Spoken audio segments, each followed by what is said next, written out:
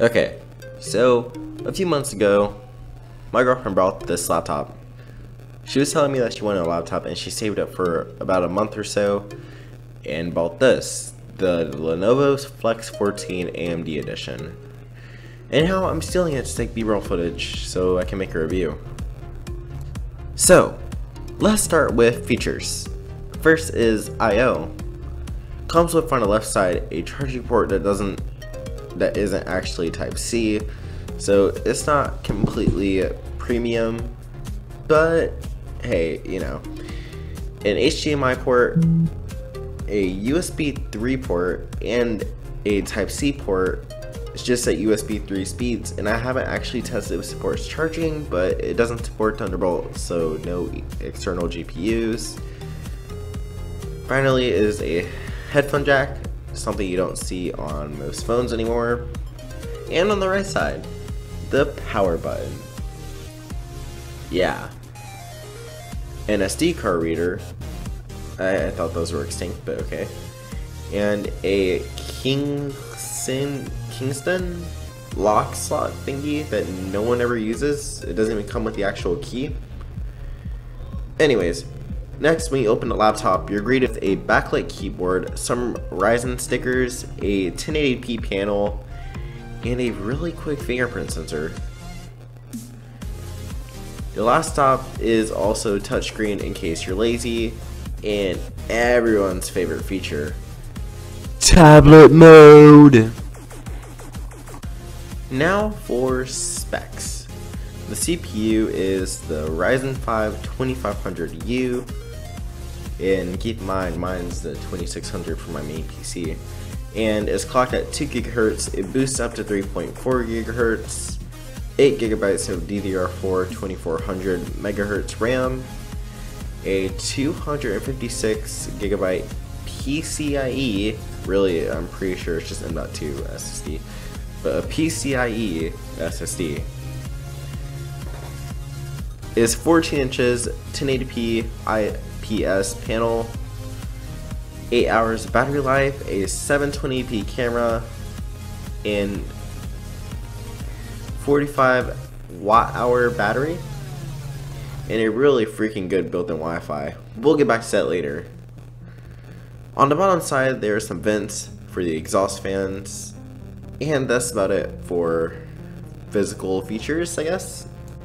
So, powering it on, and that was fast. This SSD is the same speed as my main PC back at home, and what I mean by that is the same speed when booting it up. Not too sure about other things because SSDs are kind of hard to benchmark. But it also has really thin bezels on 3 sides of the laptop, but at the bottom side of the laptop it's huge. I don't know why I did that. I guess for size reasons. Sometimes I do like to watch Netflix in tablet mode, so the touchscreen is pretty helpful. But I do want to mention that my girlfriend's bedroom is on the top floor, aka as far as the Wi-Fi as possible. 3 floors, by the way. But somehow her laptop usually has full bars when compared to my PC that I brought over earlier this week only had 2 to 3 bars. Now, all that is nice and dandy, but for the real question, can it game? First, before I tried to game, I wanted to see if I could overclock, so I turned off the computer, went to BIOS, and then I realized it won't let me access BIOS, so it didn't work. I also tried using Ryzen Master, but for some reason that also didn't work. It said it was an unsupported CPU, which I can assume only means it was an unsupported motherboard. So yeah, overclocking wouldn't work. So I guess we're stuck with out-of-the-box performance, and that's fine, you know?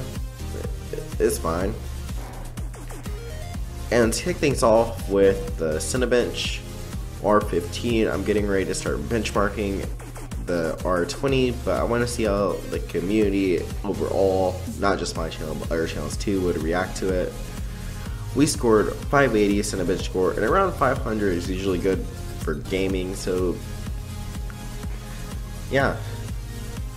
Also, something off script I did want to mention, before we get into actual gaming benchmarks, compared to Intel laptops around this price point that don't have like GPUs, Ryzen has like built-in Vega graphics, and I believe this is Vega 8 graphics. I believe so, and you've seen them, but for a laptop point of view, it's pretty different. So I guess stick around for the benchmarks. When Intel only has their internal GPUs, which guys, they really suck. So starting with Cinebench, here's the score. And really fast, I did want to say that if you're in the market for a laptop and want to do any type of gaming, then go for the Ryzen laptops, because compared to Intel, you're actually getting good performance compared to what you would actually pay for. With Intel, you get some type of crappy HD graphics that way you can just, you know, display your image. But with AMD, you get actual graphics that are used for being able to actually run games. Like, it's more performance for the same amount of money, basically. Plus more cores and threads. Like we get 8 threads here. Like the. Anyways, yeah. So our score, for the most part, if we were to turn off all the battery saving stuff, we would get a score of 613. Without it, if we had battery on max, we would get a score of around 580 Cinebench. So yeah, next game. Okay, so now actual games, starting off Apex Legends, and here you'll see at 1080p low settings, we get a high of 32 FPS, a low of 13, but that's only when we're like flying out of the plane, and an average of 23. I'm not sure why, but I never felt like I was lagging. It may have been because of the low setting, or maybe because I was benchmarking at 3 in the morning, but it didn't really feel laggy. I don't know, tell me by the footage, because I recorded this on the actual laptop. Oh, and also, boy do I suck at this thing.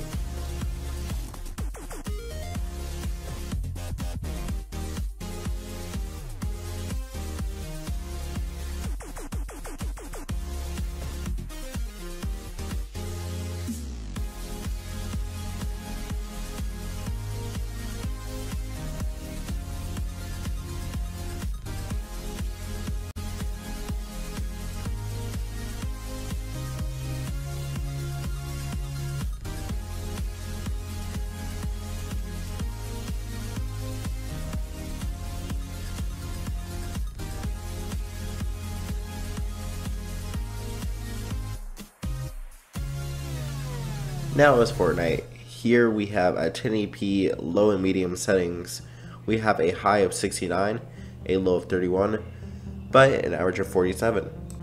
We had a better experience than we did with Apex, but I also never noticed any lag spikes, which means I have no excuse but to forfeit that I really do suck at battle royales, judging by that I can't even grab these freaking bullets. Like,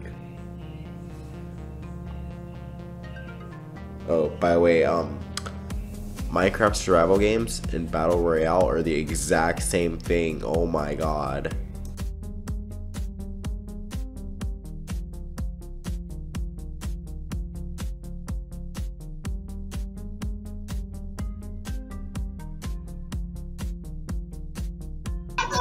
Finally, Minecraft. Now Minecraft, keep in mind, is a CPU intensive game, which means it doesn't need that good of a GPU, just a good CPU, and I had a feeling this would perform the best out of every game we tested, and it did.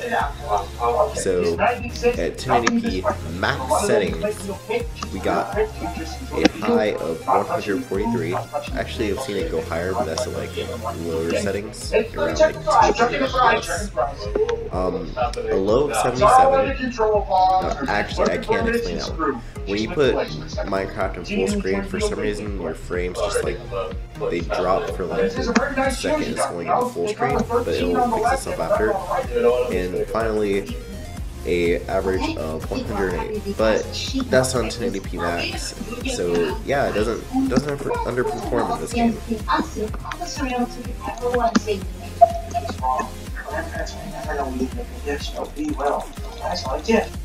So this PC is definitely worth the money. For $549, it's definitely worth getting. So I'll go ahead and put a link in the description. Be sure to go ahead and subscribe, and yeah, guess see you guys in the next video. We're gonna do a couple fun things within the next week or so, and yeah, see you guys then.